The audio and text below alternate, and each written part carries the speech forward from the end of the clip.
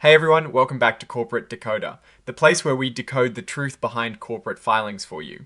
Today we are deep diving into Imunon Incorporated's latest financial report for the third quarter of 2025. And let me tell you, it is a roller coaster of progress, challenges, and the ever present question of how companies like this survive and thrive.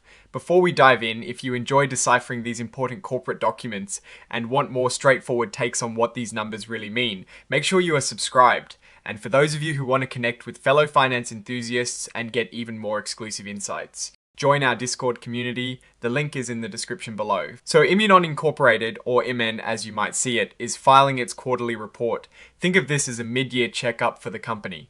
They are telling us how they've been doing financially and what is happening with their business. They are a clinical stage biotechnology company, which means they are developing new medicines, but they haven't actually started selling them yet. That is a really important detail because it means all their money is going into research and development and they are not bringing in much revenue. Let's peek at the balance sheet. This is like a snapshot of everything the company owns and everything it owes on a specific day. On the 30th of September 2025, Imunon had about $5.3 million in cash and cash equivalents. That sounds like a decent amount, but when you look at the flip side, their total liabilities, meaning what they owe to others, are quite substantial.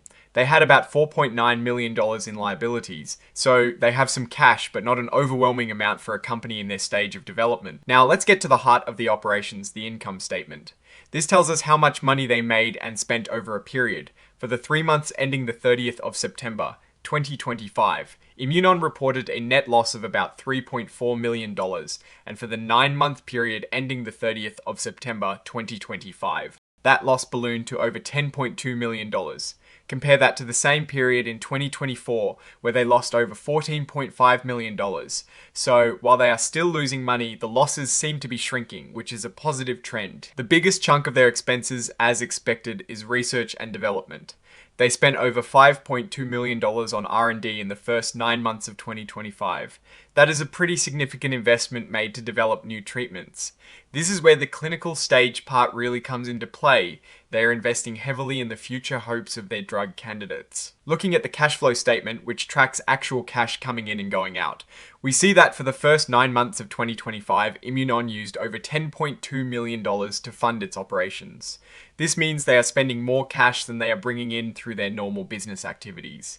This is very typical for companies developing new drugs, but it underscores the need for them to have a steady influx of cash from other sources. When we look at stockholders' equity, it represents the owner's stake in the company. It is essentially the difference between assets and liabilities. Here, we see a significant accumulated deficit, which is just a fancy way of saying they've lost more money over time than they've made. As of the 30th of September 2025, it was over $417 million.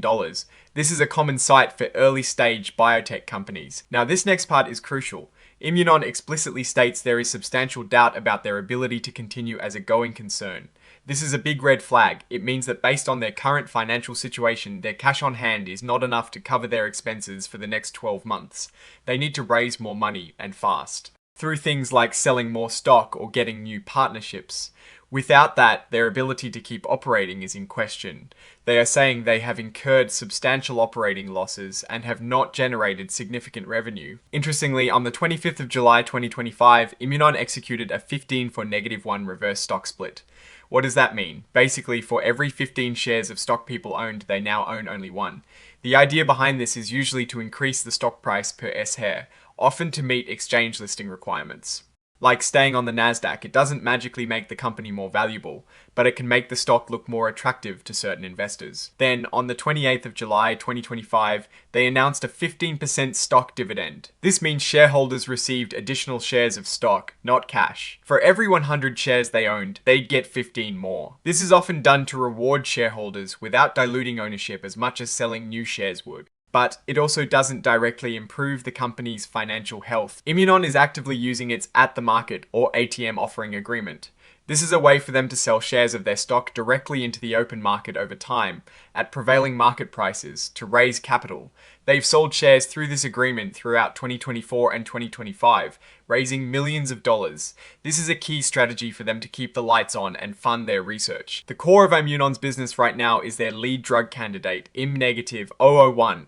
This is an immunotherapy for ovarian cancer. They have completed several clinical trials for this, including one phase 2 trial called Ovation 2, and are now running a phase 3 trial called Ovation 3. The results from Ovation 2 have been described as positive, showing an increase in overall survival for patients.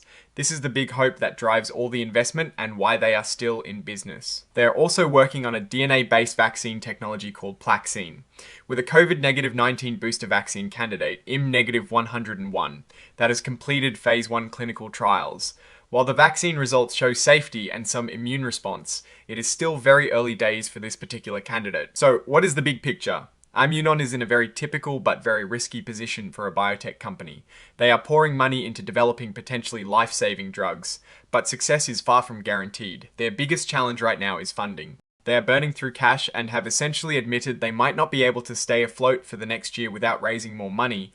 Their strategy relies heavily on issuing more stock, which can dilute existing shareholders, and on finding partnerships. Looking at this filing, Imunon is a company with ambitious goals in the very competitive and high-stakes world of drug development.